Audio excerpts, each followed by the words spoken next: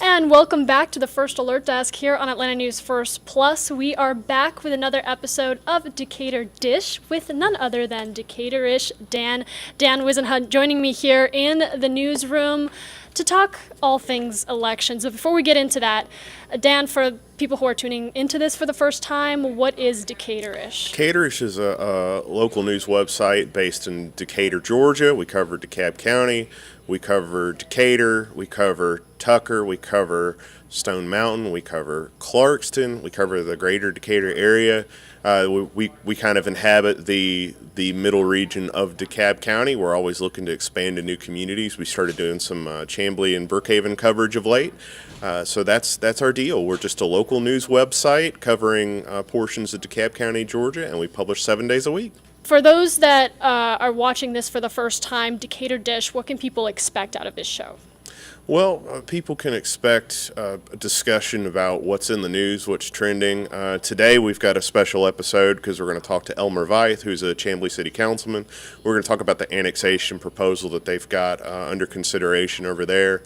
So we'll change it up. We want to do some special focused episodes on specific topics.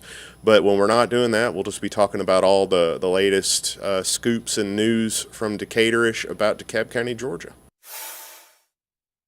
So let's start with election season. Like the graphic below me suggests, this is a one-stop shop for everything you need to know if you're going to go out and vote. And in DeKalb County, I mean, there is a lot of local issues on the ballot. I want to talk about some of them. We have the equalized homestead option sales tax and the special purpose local option sales tax. For people who are reading this and getting a little overwhelmed, what should they know about this and where can they go to access those resources and more information before they actually go out and cast their ballot? Well, there's DecaturishVotes.com as a voter's guide, and we talk about the homestead tax exemption. The homestead tax exemption is a tax break. If you're a homeowner in DeKalb County, you fill out a little form, and it gives you a certain amount off on your taxes. SPLOST is the other side of that coin, and that's penny sales tax to pay for roads and infrastructure in DeKalb County. Both of those have to pass for one to be successful, so you can't, vote against one and vote for the other. If you want a tax break and you want money to pay for roads and infrastructure, you have to vote yes on both of them. I'm not advocating that you do one thing or the other. I'm just letting you know how it works. I would also point out in Decatur there is another homestead exemption on the ballot, and that provides an additional tax break for seniors from school taxes.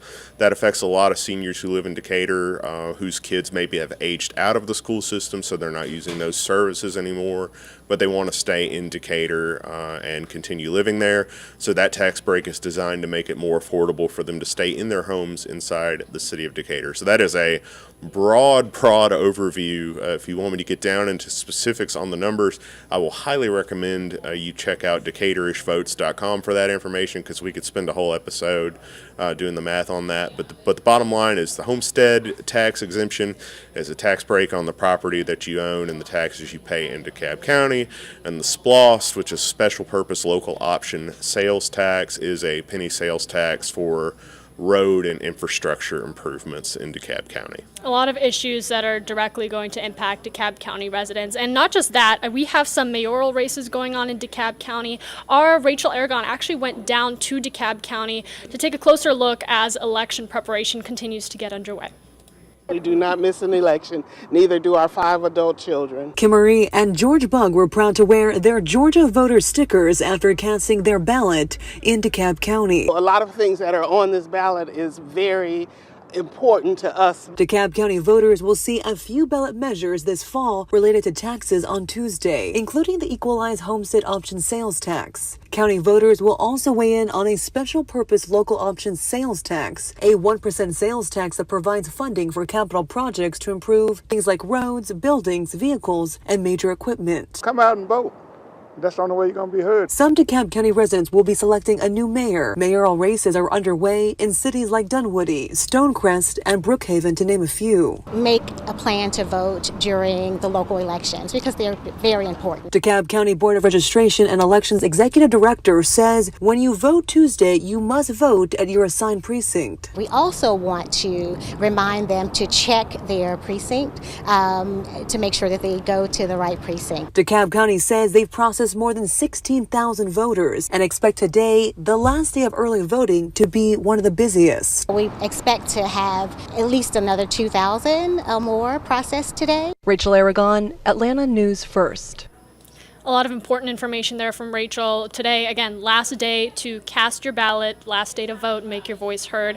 If you are somebody who does want to go, but maybe you don't feel that informed, there are resources out there specifically from Atlanta News First and Decaturish.com. I want to start with our website here. As you can see, DeKalb County, Cobb County, Gwinnett County, and Fulton, all of our sample ballots, resources, and what you need to bring with you are available on our website that you can look through, as well as links to find out the specific address that you need to go to, because the worst thing is carving out time to go vote and then showing up to the wrong place, because they will turn you around, believe me. Yes, they will. But in addition to this, I mean, we also have this tool from Decaturish.com. Talk to me a little bit about this article.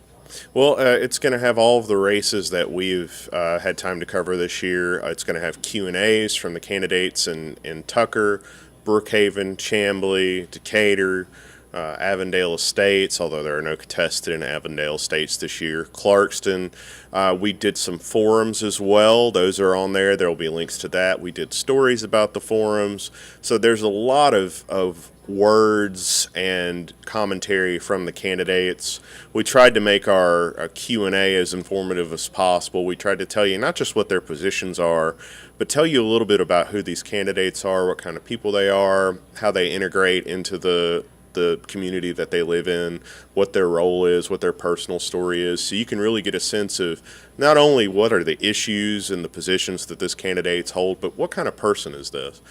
We feel that that's very important for voters to know as well, and those candidates have been gracious in sharing that with us. The DecaturishVotes.com Voters Guide is really going to give you everything that, hopefully will give you everything that you need to vote on those local issues. We did include information about the homestead tax and SPLOST, and all of that is in there as well. So please go check it out. If you have any questions that doesn't answer, email me and my team at editor@decaturish.com, and we'll do our best to get that answer for you. We're not omniscient, but we did try to get every question answered that we could. The forums were a lot of fun. We did those via Zoom this year at 9 or 10 in the morning on a Monday, so that was a good time, and everybody showed up nice and rested and refreshed and ready to go. And those are about an hour each, and those are worth a watch. You know, if you're still not sure who you want to vote for, we've got it on video. So go check it out and take a look. We did a forum on the Atlanta School Board race, Tucker, Clarkston, Stone Mountain, and the Decatur School Board race, I believe. So there are videos of that on our website and on our YouTube channel. That is the Decaturish Media YouTube channel if you want to search that out as well. And as many here in Metro Atlanta gear up to cast their ballots, some might be at the polls watching this on their phones right now. We talked about some issues impacting DeKalb County, but Decaturish actually covered an issue that's going on in Chamblee right now, the annexation efforts in that particular area. You actually spoke to a council member that's been heavily involved in all this. Yeah, Council Member Elmer Veith agreed to talk to us about the annexation effort over there in Chamblee. They're going to take on about 3,000 more residents, and that annexation could be completed by the end of the year. Let's listen to that interview now. Chamblee is considering an annexation proposal right now. It would take in a few neighborhoods as well as the area around Mercer University. And joining us today is Councilmember Elmer Veith. Elmer, how are you today, sir? Good. How are you, Dan? Good to be here. Can't complain. So, Elmer, what district do you represent on the Chamblee City Council, if you don't mind telling us? Sure. So I serve for District 4, which is the southernmost portion of the city. It's the area bounded by Claremont Road, I-85 Access Road, and Dresden Drive. It's the area annexed into the city in 2013.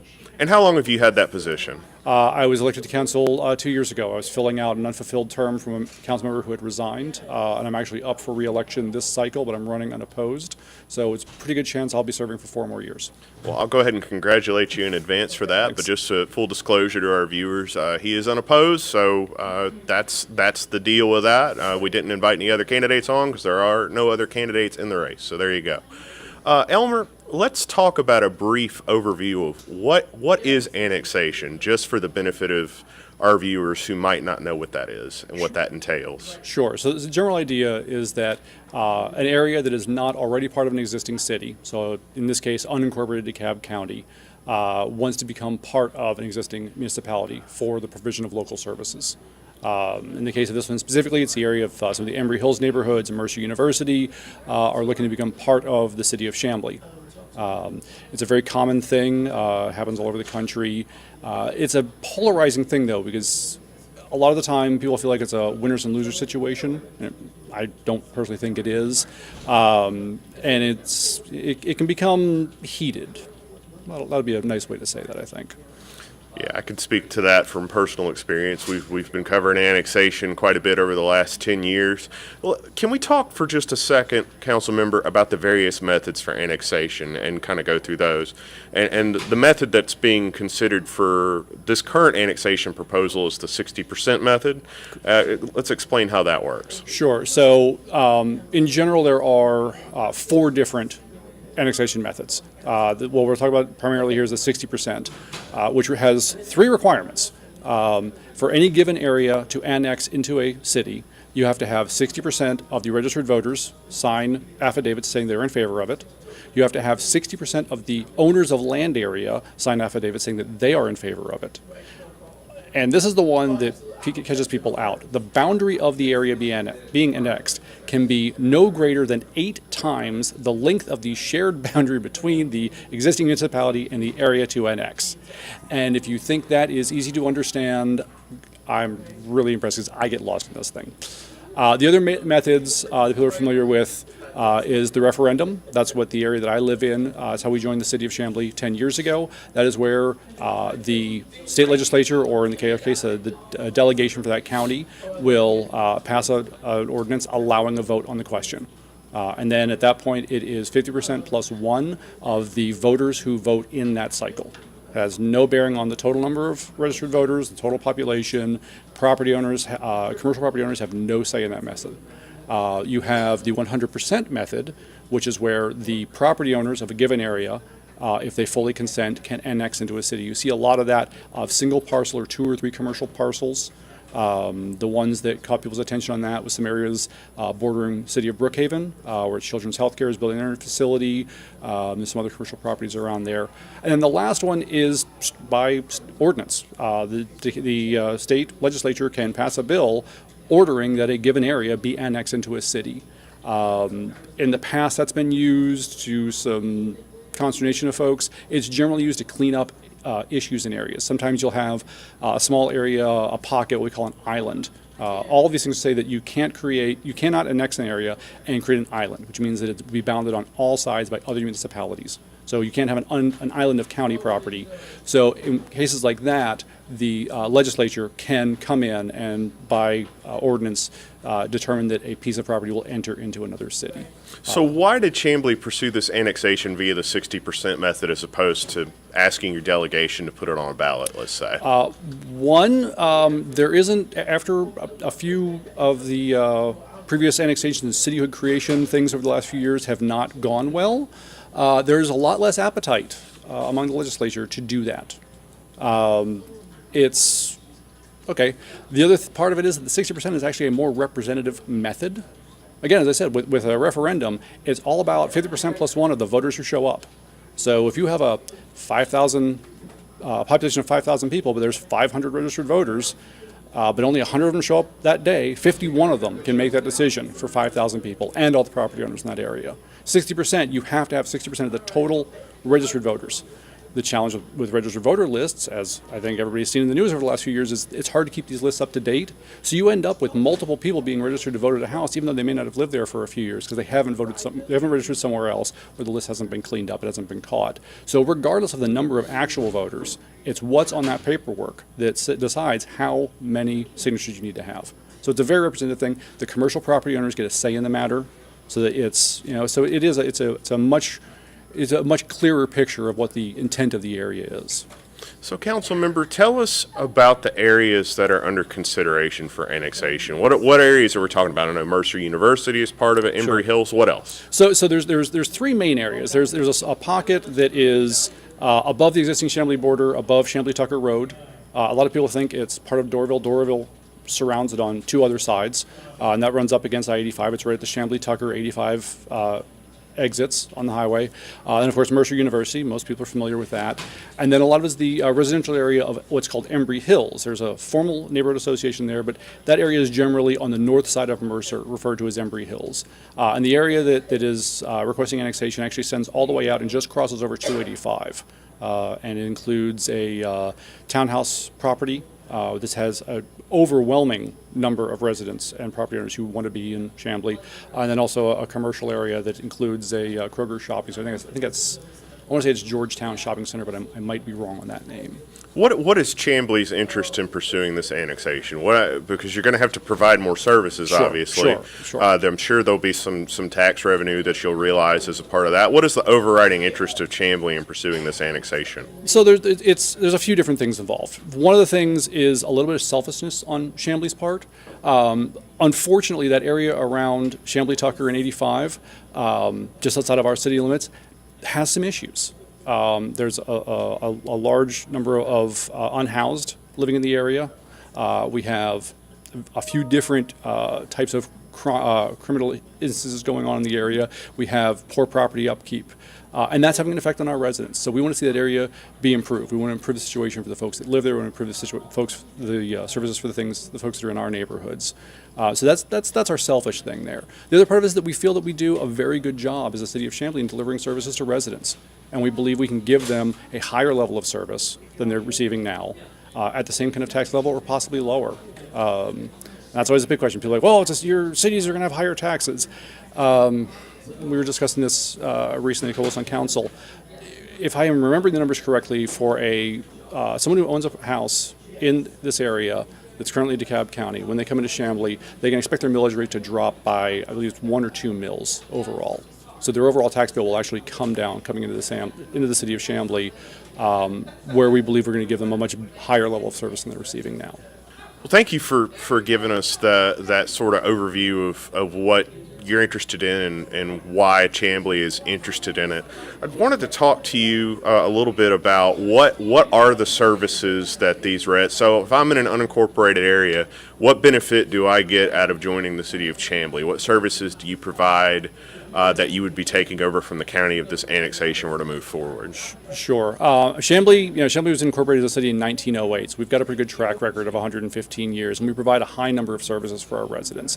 The one that's on everyone's mind, first and foremost, public safety. We run our own police department. In fact, we had a new police chief just start a couple of weeks ago, coming in to head up our department. We're really excited about that. Public works, so picking up the garbage, dealing with recycling, but also keeping the roads clean, road paving. We deal with stormwater. We handle our own stormwater work, so all the piping, all that infrastructure, parks and rec, planning and zoning, code enforcement. Again, another big one there. People don't like code enforcement until there's a problem with the neighbor that they can't get cleaned up on their own, or there's that bad property in the neighborhood. I feel like we do 8 services, and I always seem to forget one of them. But those are the major ones that are coming away. DeKalb County is still going to provide drinking water, sanitary sewer, fire, courts, all those sorts of things. But all those really local services, the ones that you see every day at your curb, are going to be taken over by City of Chamblee. I think it's important to note for our viewers that education will not be affected by this. No, it is not. Students in Chamblee will be served by DeKalb County schools, and the reason for that is in order to create a new school district, you actually have to change the state's constitution, which is a very high bar to clear. So that question gets asked a lot when these annexation proposals come up, but it will not affect educational services because Chamblee does not run its own school district. So it's important to note that. What has the response from DeKalb County been regarding this annexation proposal? Well, that's interesting. I thought it might be. Because conversation's been ongoing for months. The city of Chamblee has not been trying to hide that this is happening, and the city of Chamblee has not tried to hide that we are helping the residents organize this. The 60% method, albeit a great representative tool, is a cumbersome program. It's a cumbersome project to take on, so we have provided some services for that. We've had conversations with the county. When SPLOST was being negotiated amongst all the cities and the county, there was quite a bit of discussion about whether or not adjustments to SPLOST split would be changed if areas annexed. And it was done because we told the CEO and the commissioners that this is in progress, this is coming. We held a specially called meeting the other week to receive the application, which is a whole other conversation, and immediately started getting blown up in phone calls, emails, texts, social media that this is we're blindsided the county. But our mayor had multiple meetings with multiple members of the DeKalb Commission and with the CEO, so they knew this was coming. Well, let's talk about that meeting for a minute, because I think I made a point, and you and I had a little bit of a back and forth on social media. And full disclosure, I've never met the council member before except on social media, so this is actually our first time meeting today. Yes. But there was a post on DeKalb Strong, which is a local advocacy group, and the meeting was held on October 31st, I think around noon. And No, it was a 10 a.m. I believe it was a 10 a.m. meeting. 10 a.m. meeting. Yes. And it was to officially accept the annexation petition, as I understand it. Correct. Correct. It was not to act on the documents at all. It was simply to acknowledge that the city was in receipt of the application. And why was that meeting held on a Tuesday at 10 a.m.? What was the thought process there? So the city was notified on Friday afternoon, whatever day that was, 27th, I guess that was, that this petition was being handed in. It was handed off to our staff that afternoon. The fun part about all this annexation stuff is that the state law that covers all of it is a mess. It's been written at different times, it's been revised at different times, and things do not line up. There's a bunch of steps that have to happen once an application is received. The county has to be notified. They're given no less than 15 and no more than 45 days to respond. The Department of Community Affairs has to revise it, and they have, I believe it's 45 or 60 days. There's all these different things, all these different timelines. In order to complete this process before the end of the year, which is tied to the fact that if we don't get it done by the end of the year and have them in place by January 1st, we don't get any of the property tax from the area. Full disclosure, if we're providing services, we need those tax dollars to pay for it. Our last city council meeting is in December. Backing up from that 45 days, where do we end up? October 31st. By our charter and by state law, we can call a specially called meeting with 3 hours notice. We called it as soon as we could on Monday morning. Notice was sent to the Champion newspaper, which is our official record for all public statements. It was sent at 9:33 a.m. We had receipt from them that they received it at 9:34. The agenda was published and notification was sent out at that point. But why have the meeting at 10 a.m.? Why not have it at 6 or 7? Well, it was Halloween, and quite frankly, I wanted to take my kid around trick-or-treating.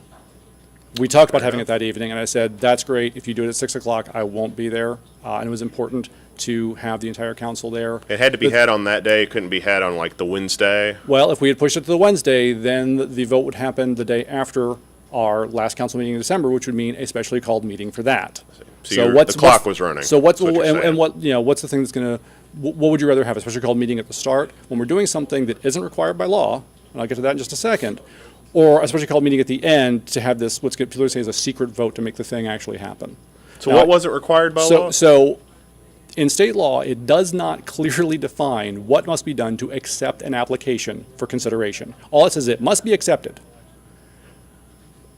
Having talked to our city's attorneys, having taken the advice of attorneys who specialize in annexation, they were like, your city clerk can receive it, pick up her received stamp, smack the top of it and say, okay, it's received, thanks, we're done. Nothing publicly has to be done. We did not feel that that was right, so we wanted to make sure that we actually did this in a meeting. Yes, it was a terrible timing on the meeting. We would have loved to be able to give everybody 3 or 4 weeks notice. The way the clock works, it doesn't happen that way. So we did it when we could. We notified it. The meeting was live streamed. It was available to everyone. We did have a few residents come out about it, and that was great. Would I like to be able to give a month's notice on every single meeting? Yes. Not possible every time. So what I hear you saying is it's not your preference to hold a meeting at 10 a.m. on a Tuesday, but you felt like you were under the gun to get this done by a certain time, and you also felt it needed to be done in a public meeting.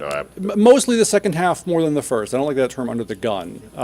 It is a careful consideration. And again, we're starting the process, because once we do that official receipt, now that same day we sent notice to DeKalb County. Letters have to go out to every property owner in the area, every registered voter in the area. There's a whole chain of events that have to happen, and state law gives us, again, no more than 45 days to make all those things happen. So it's a pretty tight turnaround. So, civil rights attorney Gerald Griggs has responded to this. He sent a letter to the Chamblee City Council. He forwarded that to the county. It was sent to me because everybody sends me everything, it seems.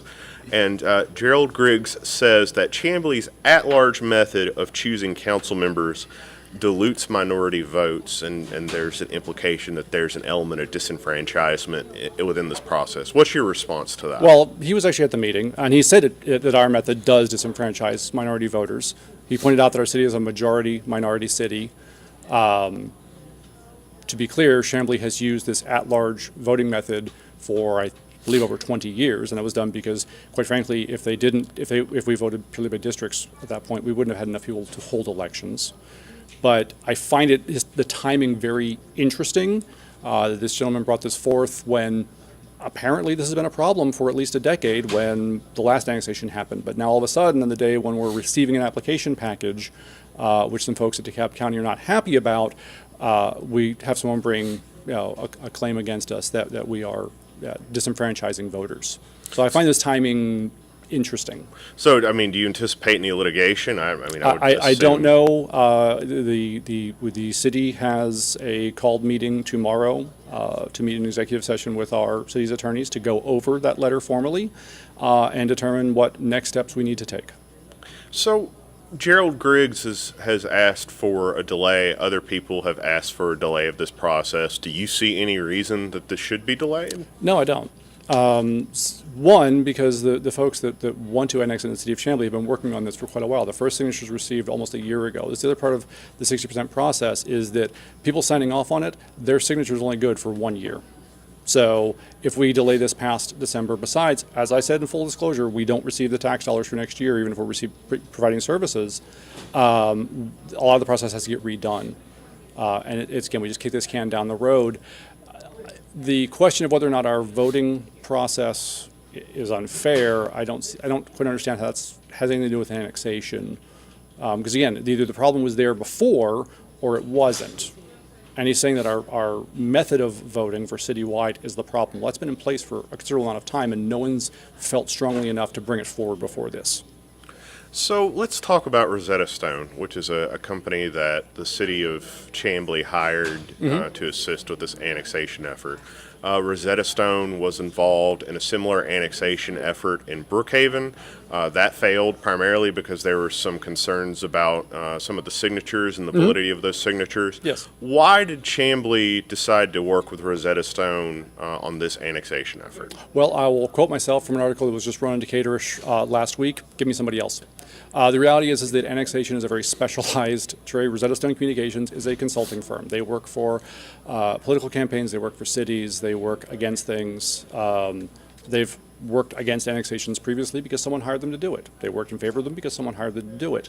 As we looked into this, and I believe it was in the article, no one that was collecting signatures for the Brookhaven efforts was involved with the Chamblee annexation efforts this time around. There's no one else doing this sort of work. It's a very specialized thing. If there was, we'd be great because we could put out to bid and get pricing on it. But it's a very specialized niche bit of work in politics. So, and Rosetta Stone is one of the most experienced. They've been involved with the creation of the city of Brookhaven, a number of annexation efforts throughout the area, and they've run elections for pretty much everybody in North DeKalb. Be careful of naming new cities because it might be we might have a city of Brookstone proposal before you know it in the next legislative session. And that might not be a bad thing. Well, I'll let people decide that. What I do want to speak to the city's decision to hire Rosetta Stone to engage with this process. Why did the city do that as opposed to letting that process happen organically, letting citizens hire their own consultant, collect their own signatures? What was the need for Chamblee to get involved with that process? Well, let's think about this. There have been efforts to municipalize this area between 85 and 285 above Claremont Road for over a decade now. And they keep, the city of Livingston Hills was their vote was 2013 or 2014, I can't remember exactly the year, and it failed by less than 1%. So there's obviously a strong desire there for a lot of folks to be in a city. The reality is that the city of Chamblee members of the council of the city of Chamblee, and a lot of the residents I talked to, it's time to move this along. Let's get things sorted out, because we're stumbling along. The areas aren't improving, and the city felt strongly enough. As I said, the 60% method is cumbersome. You have to really keep track of all of these parcels of property, how much acreage each one of them is, how much total acreage you have signed on, what your border is. You have to have GIS services to do this, which is not something that's available to most non-governmental organizations at that sort of level. So yeah, the city of Chamblee felt that it was in everyone's best interest for us to help move the process along. You made an allusion to this earlier. You said that this has been in discussion for a while. When exactly did this process start? Do you know the specific time frame for that? I mean, it's been put out public. The city of Chamblee put Rosetta Stone, put a contract in place with Rosetta Stone last August to begin helping. In August of 2022? August of 2020. I was check my years. Yes, August of 2022. Okay. We sent a contract with Rosetta Stone to provide consulting services, and a lot of it was getting our heads wrapped around, what's it going to take? What are the numbers looking like? And start working on it. So this has been in process for a while, but quite frankly, it's been being talked about for 10 years. Were any of these areas in the Brookhaven annexation proposal? I didn't check the maps before I walked in here, but do you know that? There's no crossover, no. There's no crossover between those annexation everything proposals. that Brookhaven was looking at should be on the south side of Claremont Road. At this point in time, I have not heard anything from anyone about either people wanting to be in Brookhaven up in this area or Brookhaven wanting to come all the way up to that area. It would take quite a bit to make the border connections work for that as well. So this will affect about 3,500 residents, right? Give or take? Yeah, that's give or take, yeah. So what are the next steps in the process, council member? So notifications have been sent out to DeKalb County, which has been to DCA. Letters are being sent out to all the residents. My understanding that the petitioners are putting together a community meeting in their area to have an open house and make sure everybody understands what's going on, get questions answered. The biggest thing is right now waiting for the county and DCA to vet the application and tell us if there's issues or not. We don't believe they're going to find any, but time will tell. The city of Chamblee has to hold a public hearing on this matter, which will be at our work session in the beginning of December. And assuming that there are no issues that come to light or any request to withdraw, because once that hearing is held, people have 3 days to request to be removed from the annexation area if they so wish, if it lines up. But assuming that doesn't happen, then the city votes on it at their business meeting in December, and we see if it passes. Well, council member, of course, we will be following this issue intently on Decaturish.com. Appreciate your time. Congratulations in advance on your re-election today, since you're unopposed. We do appreciate you taking time out of your busy day to join us. We will be following this issue intently on Decaturish.com, and we hope you all will as well.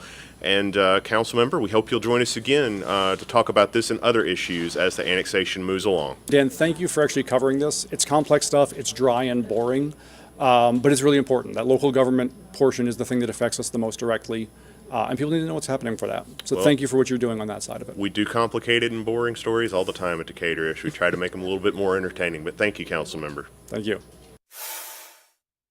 All right, so that was your very extensive conversation on the annexation efforts going on in Chamblee. A lot of good stuff came out of that. As we do these episodes every week, we want to keep you updated on the latest news and happenings here in Metro Atlanta. Dan, I know you guys are working on a bunch of stories constantly. Where can people find you?